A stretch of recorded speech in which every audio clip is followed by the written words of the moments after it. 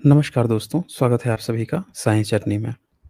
दोस्तों, आज Saturday special में हम फिर से हाज़िर हैं जातक कथा के साथ। इस जातक कथा सीरीज़ की ये 13वीं जातक कथा है और जातक कथा नाम से प्लेलिस्ट भी है। जिनको भी जातक कथा के बारे में डिटेल से जानकारी चाहिए, वो साइंस जर्नी पे जातक कथा प्लेलिस्ट सर्च कीजिए, उसको ओपन कीजिए और एक-एक करके आप देखते जाएँ। जातक कथाएँ के बारे में बहुत सारी अफ़वाहें फैलाई जाती हैं, बहुत सारी बातें हुई हैं, इसीलिए हम लोग ये जातक कथा की सीरीज़ लाए हैं। इस जातक कथा में आपको तमाम तरह की जो गलतफ़हमियाँ हैं या जो आपके अंदर जो जिज्ञासाएँ हैं, वो सारी चीज़ें दूर हो जाएँगी और ये जातक कथाएँ ही भारत का एक्चुअल में आप देखेंगे तो जो बैकबोन कही जाती है, वो है। यही हमारी उपलब्धि है, इस देश की उपलब्धि है, जहाँ पे आप सोचें आज इतने प्राचीन समय में भारत में इतने प्राचीन समय में लोगों ने कितनी खूबसूरत जातक कथाएँ लिखी थी। तो चलिए इसको शुरू करने से पहले मैं आप लोगों को लीगल डिस्क्लेमर दिखा देता हूँ। ये लीगल डिस्क्लेमर है जैसा कि आप जानते हैं यहाँ पे जो भी बातें होती हैं, जो भी प्रेज़ेंटेशन होती हैं, जो भी डिबेट्स होती हैं, इसका उद्देश्य साइंटिफिक टेम्परामेंट को एनकरेज करना है। जो कोई भी बाहर से वक्ता आते हैं या जो भी डिबेट करने आते हैं, वो जो भी अपनी बातें रखते हैं, वो उनकी अपनी रिस्पॉन्सिबिलिटीज़ होती है। तो आज हम यहाँ पे ज़िक्र करने वाले हैं कांडिन्य जातक कथा की। कांडिन्य जातक कथा बेसिकली इसमें ये मैसेज दिया गया है कि जो लोग भी हवसी हैं, हवस के शिकार हो गए हैं, कामुकता में लीन हो गए हैं या कामुकता को ज़्यादा तरजीह देते हैं, ये उन बच्चों के लिए भी सबक है जो कम उम्र में पढ़ाई-लिखाई की जगह पे अब जो आप समझते हैं प्यार, मोहब्बत, हवस, वासना के चक्कर में जो जुड़ जाते हैं, जो करियर बनाने, पहले सेटल होने के पहले ही इन तमाम चीज़ों में पड़ जाते हैं और वो अपनी पढ़ाई-लिखाई छोड़ देते हैं। अब पढ़ने में मन नहीं लग रहा, बार-बार जो है आपका ध्यान आपके जो अपोज़िट पार्टनर उसकी तरफ जा रहा है। इन चक्करों में जो पड़ जाते हैं, उनको इस कथा से विशेषकर सीख मिलेगी। तो यहाँ से इसमें शुरुआत ही होती है, इस कहानी को इस तरह से कुछ प्लॉट किया गया है कि एक भिक्षु रहता है और वो धर्म को ग्रहण करता है, लेकिन उसके अंदर जो पत्नी का मोह है, वो जाता नहीं है। तो वहाँ से शुरुआत होती है, इसको हम बड़े डिटेल्स में ले जाएँगे, वर्तमान कथा एंड देन फिर इसकी अतीत कथा में ले जाएँगे, क्या एक्चुअल में कहानी है। पर उससे पहले जो अहमदाबाद में विमान हादसा हुआ है, वहाँ पे एक बड़ी भ्रामक अ, प्रेज़ेंट किया जा रहा है या बताने की कोशिश की जा रही है कि देखो जो वहाँ पे प्लेन क्रैश हुआ, वहाँ पे कोई धार्मिक किताब जो है वो मिल गई है। तो उसको लेकर मतलब एक अकाउंट हो तो समझ में आता है, मीडिया हाउसेस से लेकर तमाम तरह के इनके जो अकाउंट्स हैं, सब लगातार इस प्रोपेगेंडा को हवा दे रहे हैं। तो इसीलिए इस पर थोड़ी-सी बातचीत करना ज़रूरी है कि वाक़ई में इसकी हकीकत क्या है? क्योंकि ये आप जब तक उसकी हकीकत आप नहीं जानते हैं, तो आप इन तमाम लोगों के जो भी झूठ है, कपोड़ है, उसको आप हकीकत मान लेते हैं और लोगों को लगता है कि कुछ लोग तो ये दावा कर रहे हैं कि देखो इसीलिए भागवत गीता को अपनाना चाहिए, भागवत गीता साथ में रखना चाहिए। अब ज़रा सोचिए कि जिस व्यक्ति ने भागवत गीता एक पल के लिए हम मान लेते हैं, लेके भी गया होगा साथ में, किताब भी रख लिया होगा, हम चलो इस बात को मान लेते हैं। दूसरी बात ये हो सकती है कि जो हॉस्टल है, उस हॉस्टल में बहुत सारे बच्चे रहते हैं, उनमें से किसी के पास हो, क्योंकि इस्कॉन वाले आजकल सारे स्कूल और जो हॉस्टल हैं, वहाँ को टारगेट किए हुए हैं।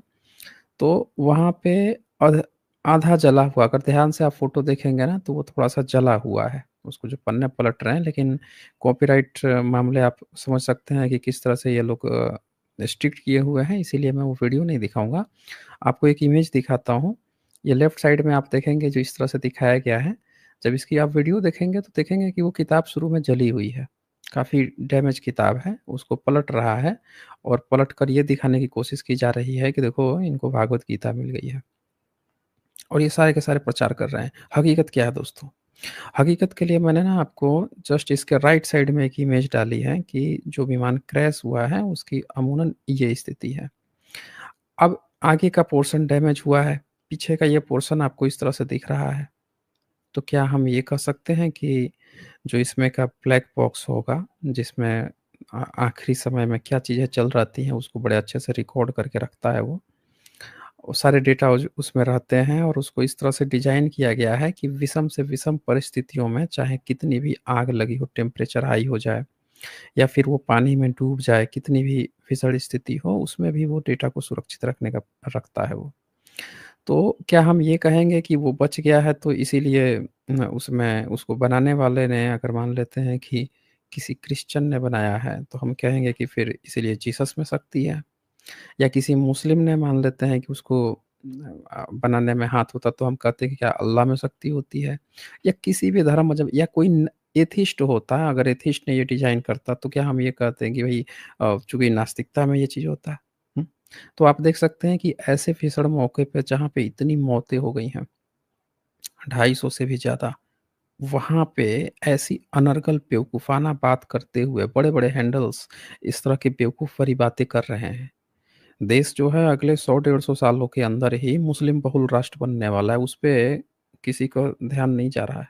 अगले 150 सालों में भारत जो है वो बड़ी आसानी से मुस्लिम बहुल देश हो जाएगा, मुस्लिमों की संख्या बड़ी अच्छी हो जाएगी। जैसे अभी आप हिंदू-हिंदू प्रचार कर रहे हैं, उस समय मुस्लिम-मुस्लिम प्रचार हो रहा होगा, सीएम होंगे, पीएम होंगे, 50% अमूमन जैसे होगा उनकी संख्या तो वो बनने ही बनने हैं चारों तरफ, हर 2 में से 1 व्यक्ति मुस्लिम दाढ़ी टोपी में दिखेगा आपको, उस पे किसी को नहीं चिंता है। यहाँ चिंता व्यक्त किए पड़े हुए हैं कि भई ये गीता मिल गई है। हुँ? तो बहुत सारी चीज़ें मिली हैं। वहाँ पे अब ये जो पीछे का एरिया है, इसमें जो भी लगेज हैं, वो सारी चीज़ें आपको मिल गई हैं। तो इसका मतलब ये थोड़े हुआ कि उस चीज़ को आप जोड़ दोगे, लेकिन फिर भी ऐसी बेवकूफ़ी भरी बातें ये लगातार प्रचारित कर रहे हैं। ख़ैर हम आ जाते हैं, जातक कथा पे आते हैं। मैं सिर्फ़ इसलिए दिखा रहा हूँ कि ये बहुत ही बेवकूफ़ाना भरी बातें हैं, जो भी व्यक्ति इस तरह की प्रचार कर रहे हैं, अनर्गल प्रचार कर रहे हैं। जो किताब एक पल के लिए ज़रा सोचिए, जो किताब लेके गया, उस व्यक्ति की जान चली गई। हम क्या उसका अचार डाल लें इस किताब का? खुद बताइए। आप अपना लेंगे, आपकी जान चली जाएगी, तो किताब का कोई अचार डालेगा? अरे! किताबें बार-बार छप सकती हैं, इंसान बार-बार थोड़े छप जाएगा, आ जाएगा। हैं? तो ऐसी बेवकूफ़ी और अनर्गल भरी बातें ये लोग प्रचार कर रहे हैं। ख़ैर हम आगे बढ़ते हैं आ जाते हैं इस कहानी पे, कुंडिन जातक कथा पे। तो ये जो कंडिन जातक कथा है, इसमें ये चीज़ दिखाने की कोशिश हुई है, मृग से रिलेटेड जितनी भी जो कहानियाँ आती हैं सिलवग में, इसमें मृगों से रिलेटेड अतीत कथा दिखाई जाती है। इसमें अतीत में दिखाया जाता है कि मृग के रूप में वो कहानियाँ चल रही होती हैं, यानी हिरणों के रूप में। इससे आप समझ सकते हैं कि प्राचीन काल में हिरण कितनी बहुतायत मात्रा में होते थे जंगल में और उन पर जो ये लोग शिकार करते थे, तो बुद्धिस्ट लोग जो हैं, उनको दिखाते थे कि ये भी इनके अंदर भी प्राण है, हम इंसानों जैसे हैं और उस पर ढेरों सारी कहानियाँ बना रखी थी उनकी जानें बचाने के लिए। तो यहाँ पे क्या होता है कि जो जेतवन विहार है श्रावस्ती में और वहाँ पे तथागत बुद्ध थे और वहाँ उनके नाम पर ये कथा बनाई गई है। मैं फिर से आपको बता दूँ कि त्रिपिटक में जो खुंदक निकाय है, उस खुद्दक निकाय में खुद्दक का मतलब होता है ना फुटकर, मतलब कई सारी ढेर सारी चीज़ें। उसमें अगर आप ध्यान से देखेंगे तो जो थेरवादी लोग हैं, वो सिर्फ़ थेरवादियों में भी डिवीज़न है। जैसे श्याम वाले जो थेरवादी हैं, वो मानते श्याम में नहीं थाईलैंड थेरवादी। वो क्या मानते हैं कि सिर्फ़ 7 किताबें ही 7 ही किताबें खुद्दक निकाय के अंदर में हैं और वो उसमें से इसको बाहर कर देते हैं, जातक कथा को। जबकि म्यांमार वाले जो हैं वो 15 किताबें 15-4 19 किताबें मानते हैं, 19 किताबें। उसमें से वो जातक को शामिल करते हैं, कुछ और भी चीज़ों को शामिल करते हैं। कहीं पे 15 माना जाता है, तो हर जगह पे अलग-अलग है। इसीलिए किसी को बहुत विशेष करके ये समझ लीजिए कि जातक कथाएँ तथागत बुद्ध के वचन नहीं हैं, बल्कि भिक्षुओं ने इसको रचा है बुद्धिज़्म का प्रचार-प्रसार करने के लिए। ये एकदम माइंड में सेटअप कर लीजिए। जब भी कोई जातक दिखा के कुछ चेरी पिकिंग करने की कोशिश करे, तो आप यहाँ पे बता सकते हैं कि ये तथागत बुद्ध के एग्ज़ैक्ट वचन नहीं है। ये कहानियाँ बनाई गई हैं ताकि बुद्धिज़्म को प्रचार-प्रसार किया जा सके। किसने बनाई है? तो भिक्षुओं ने। इसी में सीरीज़ में थेरीगाथा और थेरगाथा आता है, जो वो भी माना जाता है सम्राट अशोक के समय उसके बाद की ही कहानियाँ हैं, जो बाद में ऐड की गई हैं इसी में, खुद्दक निकाय में। ख़ैर, तो यहाँ पे जेतवन में होता क्या है कि एक भिक्षु रहता है और इसमें पूरी कहानी नहीं दी गई है, लेकिन मैं आपको पूरी कहानी बताता हूँ, फिर आगे मैं ले चलता हूँ। पूरी कहानी के लिए मैंने यहाँ पे लिया हुआ है, इसको मैं दिखाता हूँ। इसमें दरअसल क्या होता है कि एक श्रावस्ती में एक कुलपुत्र था। कुलपुत्र कहने का मतलब ये है कि एक अच्छे खासे परिवार से एक लड़का था। तो शादीशुदा था। उसने अपनी ज़िंदगी गुज़ारी।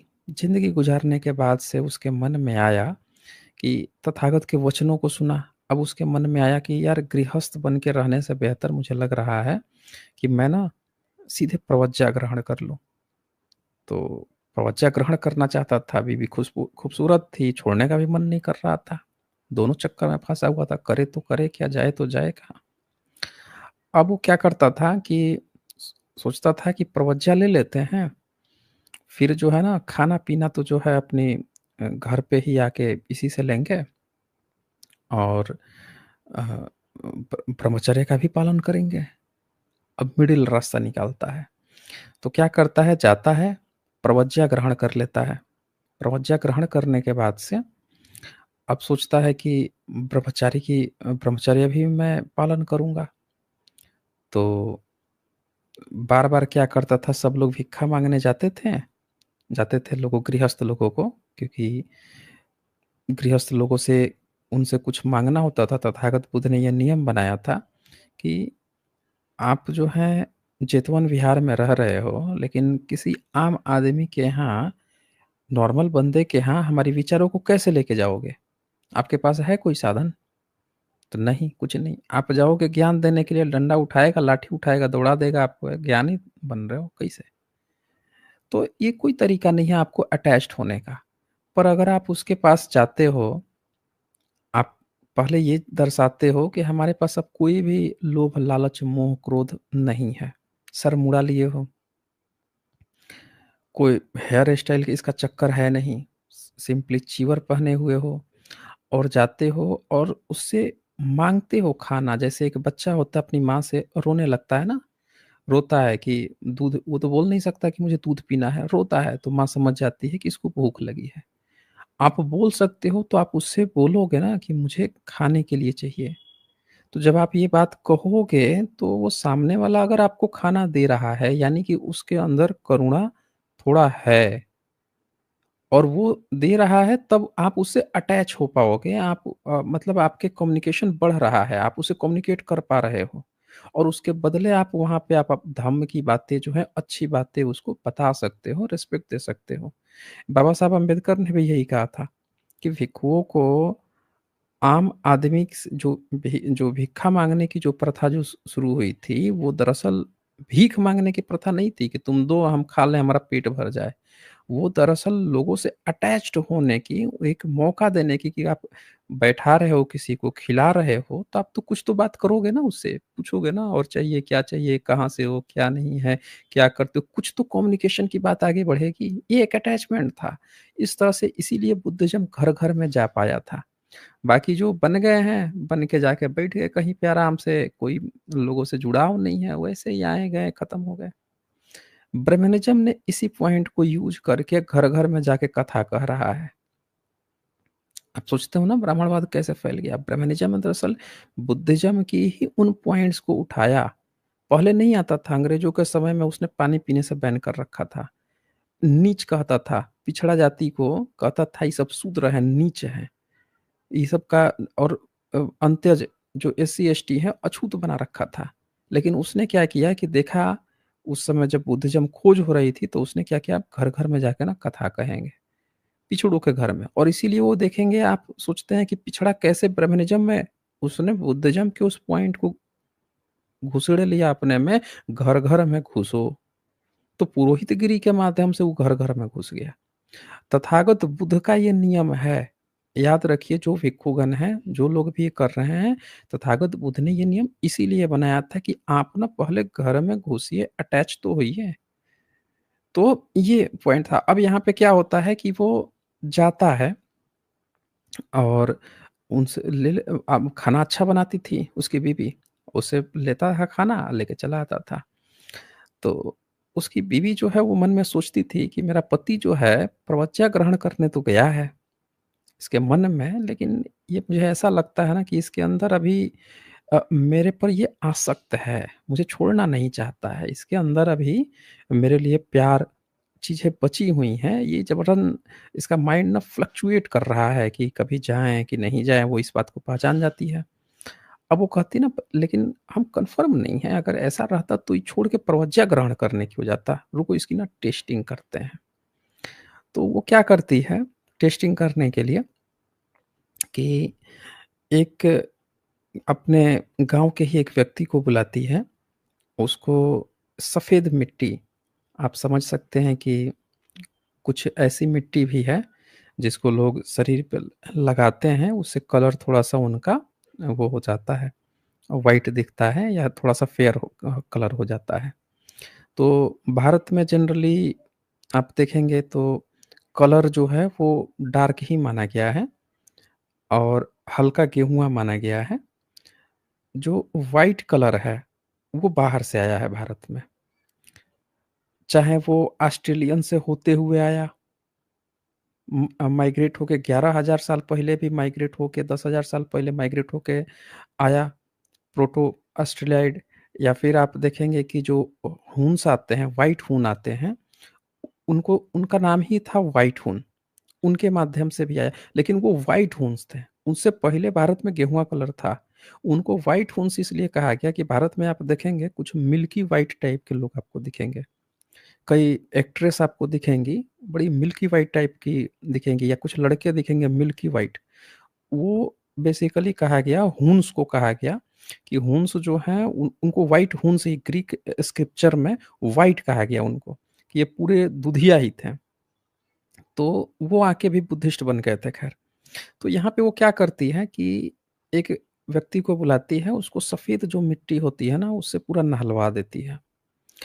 अब वो दिखता है, थोड़ा-सा दूर से देखने पर लगेगा कि कोई व्हाइट ही है, कोई बाहर का है, कोई व्यापारी आया हुआ है, और उसको बैठाती है घर पे, फिर उसके ही कुछ और आदमी लोगों को बुला लेती है, उसको भी बुलाकर खाना-पीना के लिए बैठा लेती है और द्वार पे बैलगाड़ी लगवाती है कि यहाँ पे बैलगाड़ी रहेगा, पहिया वगैरह रहेगा, तो कोई भी जैसे आएगा, अगले दिन जब भीख-वीख माँगने आएगा मेरे पास, तो देखेगा बाहर से कि अच्छा ये तो घर में कुछ मर्द लोग आए हुए हैं और मेरी पत्नी तो मतलब एक जो ज्वेलर्स के लिए ऐसा करती है, ताकि उसे क्लियर कट पता चल जाएगा कि ये आसक्त है कि नहीं, इस पर क्या फ़र्क पड़ता है इस पे, उससे मैं जाँच कर लूँगी कि ये अभी भी मेरे से अटैच्ड है या पूरी तरह से वो प्रवज्जा की तरफ मूव ऑन हो गया है। तो अब यहाँ पे क्या होता है कि अ, वो आता है अगले दिन, आता है तो देखता है द्वार पे खड़ा है, कोई बूढ़ा व्यक्ति रहता है, वो जाके बताता है कि कोई अस्तवीर आए हुए हैं, गेट पे हैं। तो वो कहती है, उस अंदर से उसकी पत्नी कहती है कि माफ़ उसे कह दो, माफ़ी माँग लो, प्रणाम करो, कह दो जाने के लिए। जाता है, तो कहता है नहीं हम तो यहाँ से लेके जाएँगे, हम भिक्षा लेके जाएँगे। जब बार-बार वो वृद्ध व्यक्ति कहता है, अंदर आवाज़ देता है, तो वो बाहर निकल के आती है, देखती है, तो कहती है, "ये तो मेरा तो पति है, ये तो अस्तवीर हैं ये।" फिर अंदर ले जाती है खिलाने के लिए। अब देखता है भीतर कुछ लोग बैठे हैं, खा पी रहे हैं, सब लोगों का सेवा-सत्कार चल रहा है। तो फिर एक वो कहती है उसके बाद से कि आप ऐसा कीजिए ना कि आप घर यहीं पे रहिए, और घर तो कभी भी बिना स्वामी के चलता नहीं है। आप यहीं पे रहें और यहीं पे रह के आप अपना प्रवज्या का नियम जो है वो भी पालन कीजिए, जो ब्रह्मचर्य का है वो भी नियम पालन कीजिए, और मैं ना दूसरे घर में चली जाती हूँ, ठीक है? दूसरे घर में जाके वहाँ रहूँगी और आप यहाँ पे रहिए। घर से ही रह के आप अपना जो जो भी नियम पालन करना है वो कर लीजिए। अब ये जब उसकी बातें सुनता है, वो पूरा माहौल देखता है कि कुछ लोग आए हैं, खा पी रहे हैं, मेरी बीवी खुश है, सब चीज़ ये है। अब उसके अंदर ऐसी भावना आ जाती है कि वो कहता है कि भई अब मैं इसके बिना नहीं रह सकता हूँ। अब वो सीधे-सीधे पहुँचता है तथागत बुद्ध के पास और जाता है, वहाँ जाकर कहता है कि अब नहीं चाहिए, मैं यहाँ पे नहीं रहना, मुझे अब जाना है। और तथागत बुद्ध के पास नहीं, पहले अपने विहार में जाता है और वहाँ जाके सीधे-सीधे अनाउंस करता है कि अब मुझे यहाँ पे नहीं रहना है। तो उसको जो वहाँ के जो बाकी के जो अस्थवीर लोग थे, वो क्या कहते हैं कि भई क्या बात है? आप तो बड़े खुश होके आए थे प्रज्ञा ग्रहण करने के लिए, प्रज्ञा ग्रहण भी किए, अब क्या हो गया अचानक से? चलिए आपको हम तथागत बुद्ध के पास लेके चलते हैं। तथागत बुद्ध ही जो हैं, वो कुछ आपको बताएँगे, क्या चक्कर है। तो उसको वो कहता है, नहीं, नहीं हम नहीं जाएँगे, हमको ना यहाँ पर रहना ही नहीं है, हमको बस अब चले ही जाना है यहाँ से। फिर भी पकड़ के ले जाते हैं सभी को। अब तथागत बुद्ध जब देखते हैं, तो देखें वर्तमान कथा। अब यहाँ से शुरू होता है ये। कहते हैं वर्तमान कथा, फिर अतीत कथा आएगी। अभी मैं आपको इसका बैकग्राउंड बता दे रहा था, जो यहाँ पे नहीं दिया हुआ था, वो कहीं और पे दिया हुआ था। वहाँ से मैं बैकग्राउंड लेके आया और फिर यहाँ पे अब सीधे वर्तमान कथा में क्या होता है कि भगवान ने उस भिक्षु को कहा, उसे कहते हैं, "भिक्षु, पूर्व समय में भी तू इस स्त्री के कारण प्राणों से हाथ धो बिना लाड के अंगारों पर पकाया गया था।" तो तथागत बुद्ध पहले तो देखते हैं उसको, तो कहते हैं, "अरे काहे उसको ज़बरदस्ती पकड़ के लेके आ रहे हो लोग?" तो बताते हैं सब कि अरे ये वो हो गए हैं, जाना चाह रहे हैं यहाँ से। तब उसको बैठा के उसको समझाते हैं, बोलते हैं कि देखो, अच्छा, ये मत सोचिए कि ये रियल घटना तथागत बुद्ध के साथ हुई। दरअसल ये बाद में लिखी गई है। मतलब भिक्खु लिख रहा है, तथागत बुद्ध को इन्वॉल्व करके वर्तमान कथा लिखेगा, फिर तथागत के ही मुँह से अतीत की कथा भी बताएगा।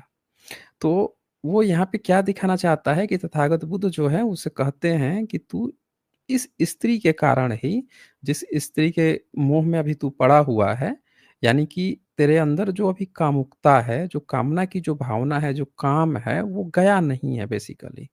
तू अभी भी मोह में अटैच्ड है और ऐसा ही चीज़ पहले भी घट चुका है। पहले भी, अतीत कथा, पहले भी इस तरह की चीज़ें हुई हैं।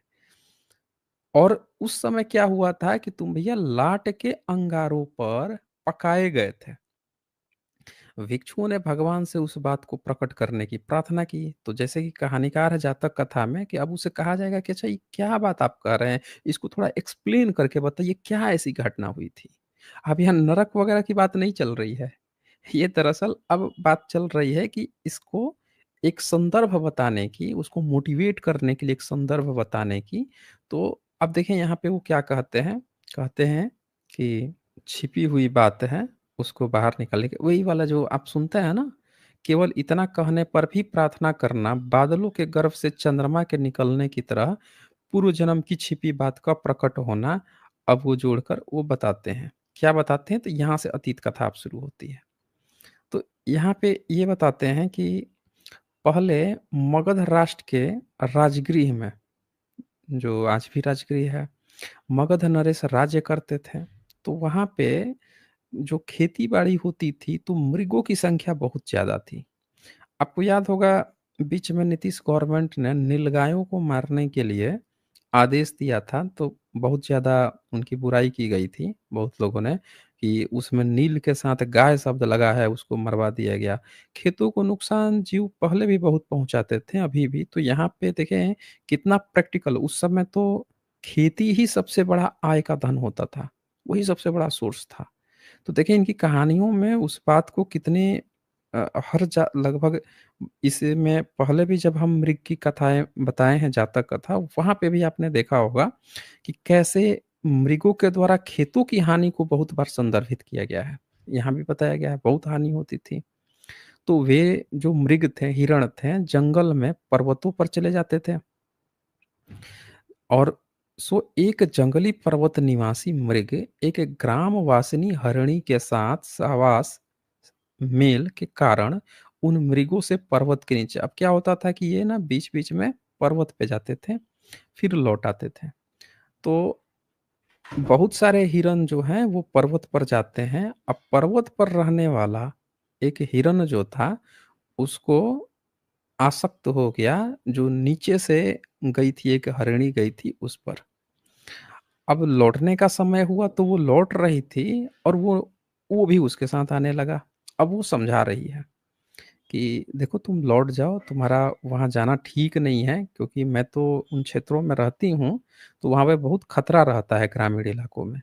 क्योंकि वहाँ के लोग जो है ना हिरणों को देख के ही मार देते हैं, क्योंकि मैदानी इलाकों में खेत बहुत ज़्यादा होते हैं, पहाड़ी इलाकों पे तुम ज़्यादा सुरक्षित हो, ठीक है? उसको समझाते हैं, वो समझता नहीं है, क्योंकि उसको उस पर आसक्ति आ गई है। आप जिसको कह सकते हैं कामुकता कह सकते हैं और नॉर्मली लोग उसको लव समझ लेते हैं, लव वो नहीं होता है, बेसिकली वो अट्रैक्शन है। तो वो जो अट्रैक्शन आ जाता है तो वो उसके पीछे-पीछे चला आता है। अब यहाँ आप देखेंगे नीचे उतर आया, उस हरिणी ने उससे पूछा, "आर्य, तू पर्वतवासी मूर्ख मृग सा कौन है?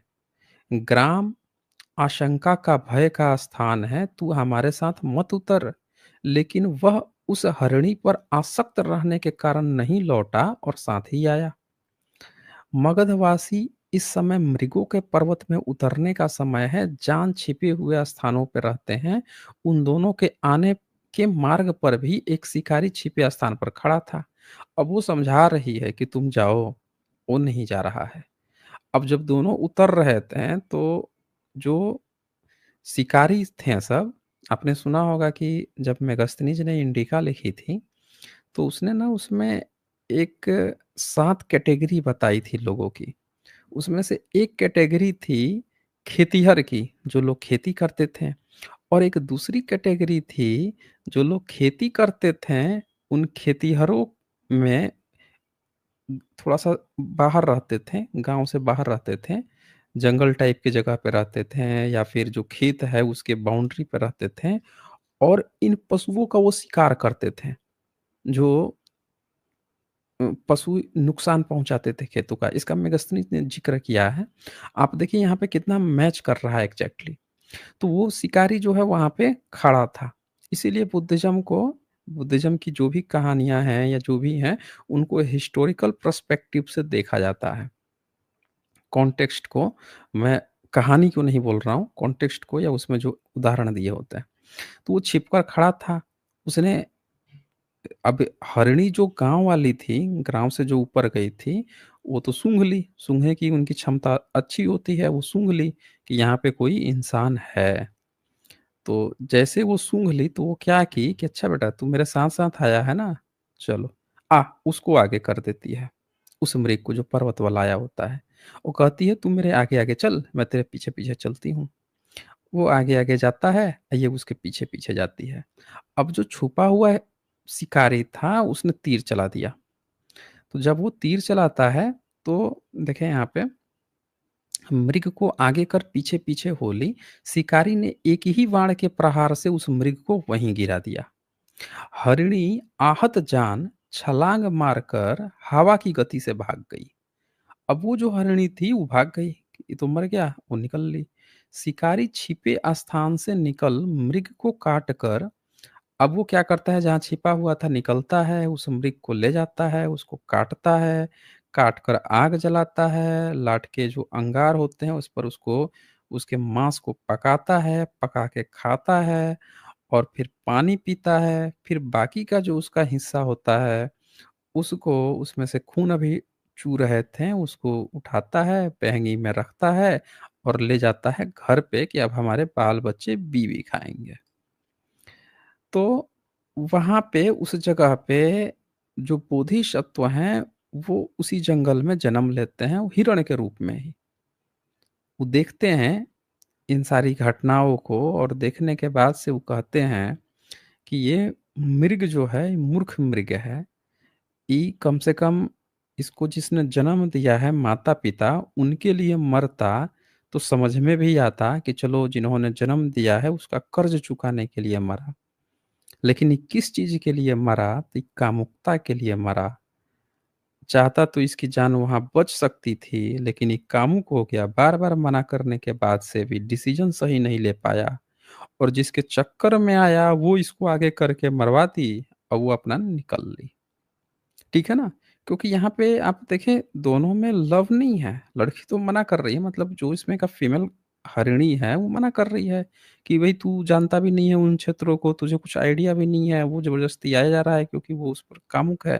तो यहाँ पे इस बात को रेखांकित किया गया है कि आपके जो एम होने चाहिए वो बहुत बड़े हैं। एक इंसान का जो एम है, कोई भी बच्चा है, पढ़ाई-लिखाई कर रहा है, आपका एम बहुत बड़ा है।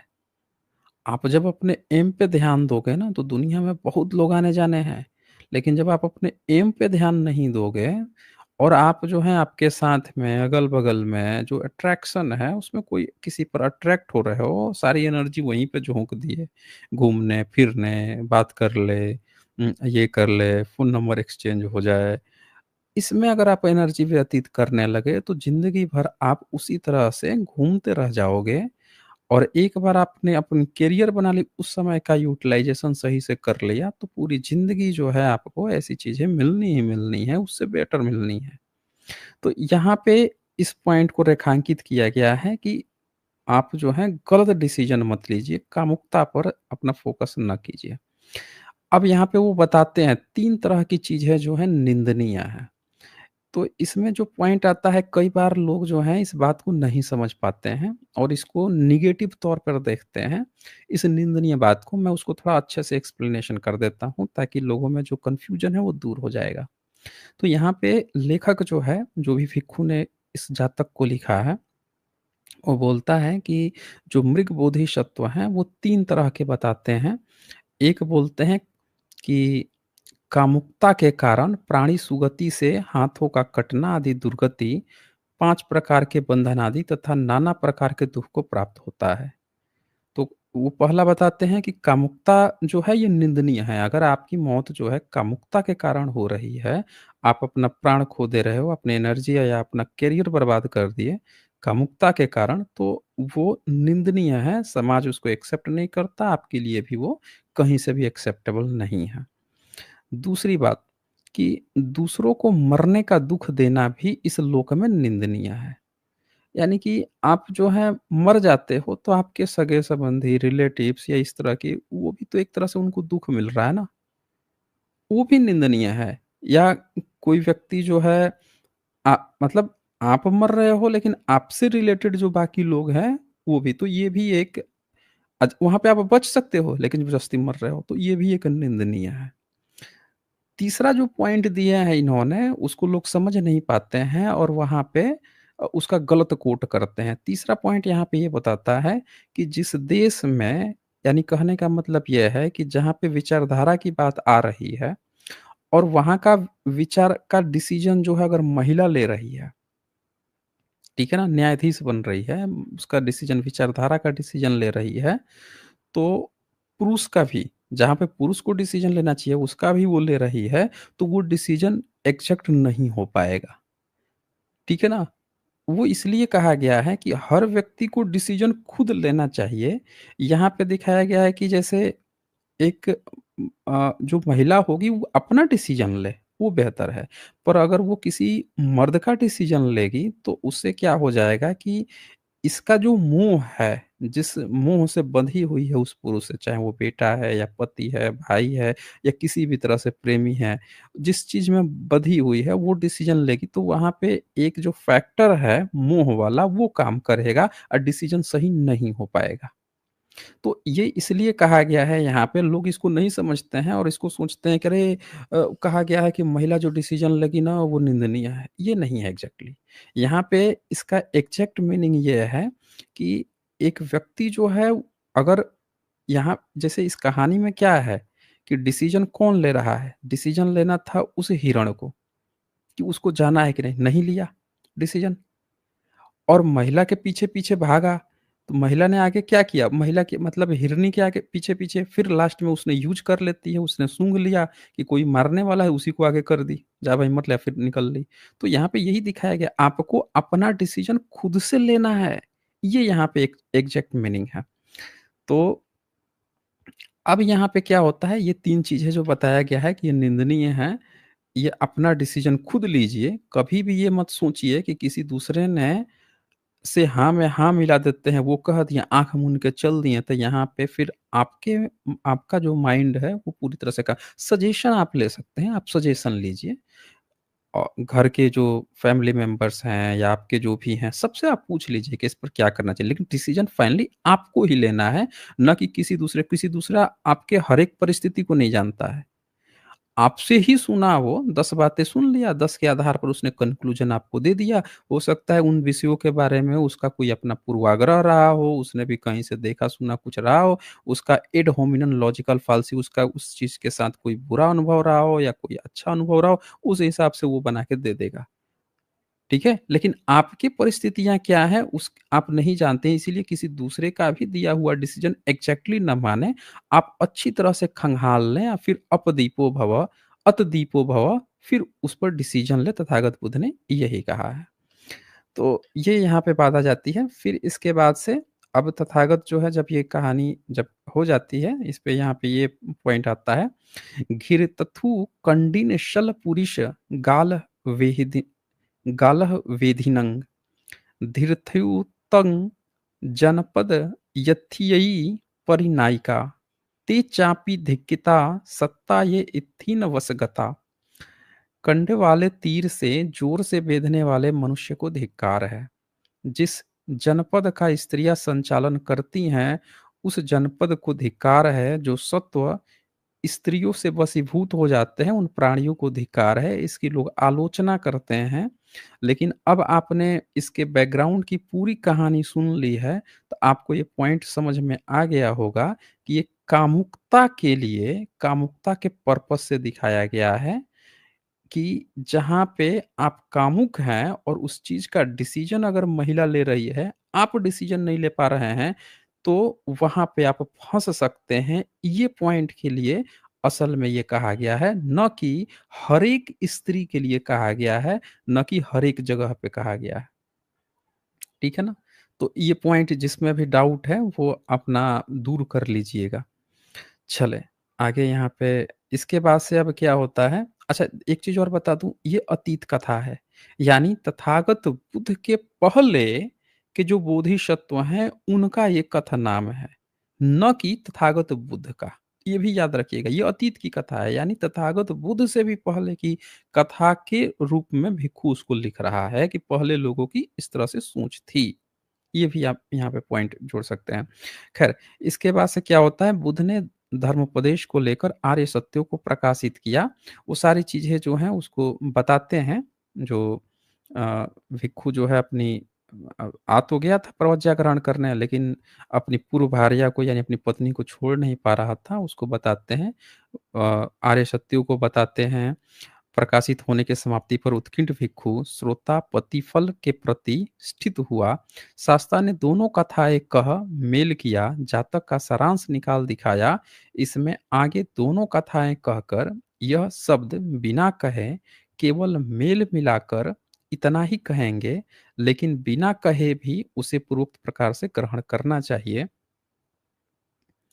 और इसके बाद से कहते हैं कि देखो, जो कहानी सुने हो उसमें समझो कि जो पर्वत से उतर के जो मृग आया था, ये वही उत्कंठ भिक्षु था। मृग पोतिका इसकी पूर्व भार्या थी। कामुकता में दोष दिखाकर उपदेश करने वाला देवता तो मैं ही था। इस तरह से दोनों कहानियों को अटैच करने की कोशिश करता है भिक्षु, और इस तरह से ये जातक कथा समाप्त होती है। कुल मिला के यहाँ पे इस जातक कथा के माध्यम से ये दिखाने की कोशिश की गई है कि आपको अपना डिसीजन खुद लेना चाहिए और अपनी एनर्जी सही समय पर करियर पे फोकस करना चाहिए, ना कि अपना पूरा जान जो है देवदास की तरह लगा देना चाहिए। जैसे अब फ़िल्में बनाई गई हैं देवदास, उसमें क्या है, पूरी ज़िंदगी अपनी बर्बाद करता है एक लड़की के पीछे, फिर एक दूसरी जो रहती है उसके पीछे, और वो हर जगह बेवकूफ़ बने घूमता रहता है। तो इसमें ये चीज़ दिखाया गया है कामुकता पे मत जाइए और अपना डिसीज़न जो है खुद तय कीजिए, ना कि कामुकता में फँसे हुए हैं और डिसीज़न कोई और ले रहा है, ये चीज़ है। तो दोस्तों फिर यहाँ पे हम लोग इसको आज क्लोज़ करेंगे क्योंकि ये छोटा सेशन होता है। नीरज भोज यहाँ लिखते हैं, इंसान को बचाने की बजाय अपनी किताब बचा ली वाह! बहुत खूबसूरत आपने लिखा है नीरज भोज जी, कि जो लोग भी प्रचार कर रहे हैं कि भागवत गीता जो है अ, उस वो बच गई है, तो ज़रा सोचिए कि जो व्यक्ति उसको खरीदा था, वो व्यक्ति मर गया। हुँ? अब क्या चाहिए हमको? कागज़ का पन्ना, पत्थर चाहिए? हैं? क्या करेंगे हम उसका? अरे ऐसी हज़ारों, लाखों किताबें वो खरीद लेता पूरी ज़िंदगी में, बच जाता तो, उस किताब का क्या अचार डालना है? तो इसीलिए बेवकूफ़ व्यक्ति हैं जो ऐसा प्रचार कर रहे हैं और भी बहुत सारी चीज़ें बची हुई हैं वहाँ पे, बहुत सारे लगेज के सामान लोगों के बचे हुए हैं, उसमें तो कोई भगवत गीता नहीं है, उसका क्या किया जाए? तो ये बेवकूफ़ लोग हैं, ये लोग जहाँ पे इतनी लाशें गिरी हुई हैं, लाशों पे ये लोग अपनी भक्तिगिरी दिखा रहे हैं। और जेपी सिंह बौद्ध जी का यहाँ सुपर स्टिकर है, शुक्रिया आपका जी। तो ठीक है दोस्तों, आप लोग अपना ख़्याल रखें, अपनों का ख़्याल रखें और फिर हम लोग मिलते हैं संडे को 7:30 पे डिबेट्स में। सब लोग जुड़िए, डिबेट्स देखिए और ज़्यादा से ज़्यादा जो डिबेटी लोग हैं, उनको प्रयास कीजिए जोड़ने का। इवन बहुजन समाज से भी जो लोग कट्टर हिंदू बने घूम रहे हैं, उनको भी ले आने का प्रयास कीजिए या जो लोग आपके संदर्भ में जो लोग भी ऐसा हैं, जो हम लोगों से वो रखते हैं आलोचनात्मक दृष्टि रखते हैं, जिन्हें लगता है कि साइंस जर्नी गलत बताता है या साइंस जर्नी जो है, उसका मोटिव सही नहीं है, उन लोगों को भी आप मोटिवेट कीजिए कि वो भी आके जुड़ें और डिबेट करें। ठीक है ना? पहले अपने लोग जो हैं, वो कन्फर्म होने ज़रूरी हैं कि वो किस बात से एग्री और डिसएग्री करते हैं और तब फिर जो है, हम लोग और आगे बढ़ सकते हैं। तो उनको भी आप ज़रूर जुड़वाएँ। तो इसी के साथ ही आज हम इसे क्लोज़ करते हैं। बहुत-बहुत शुक्रिया आप सभी का, अंतिम तक बने रहने के लिए।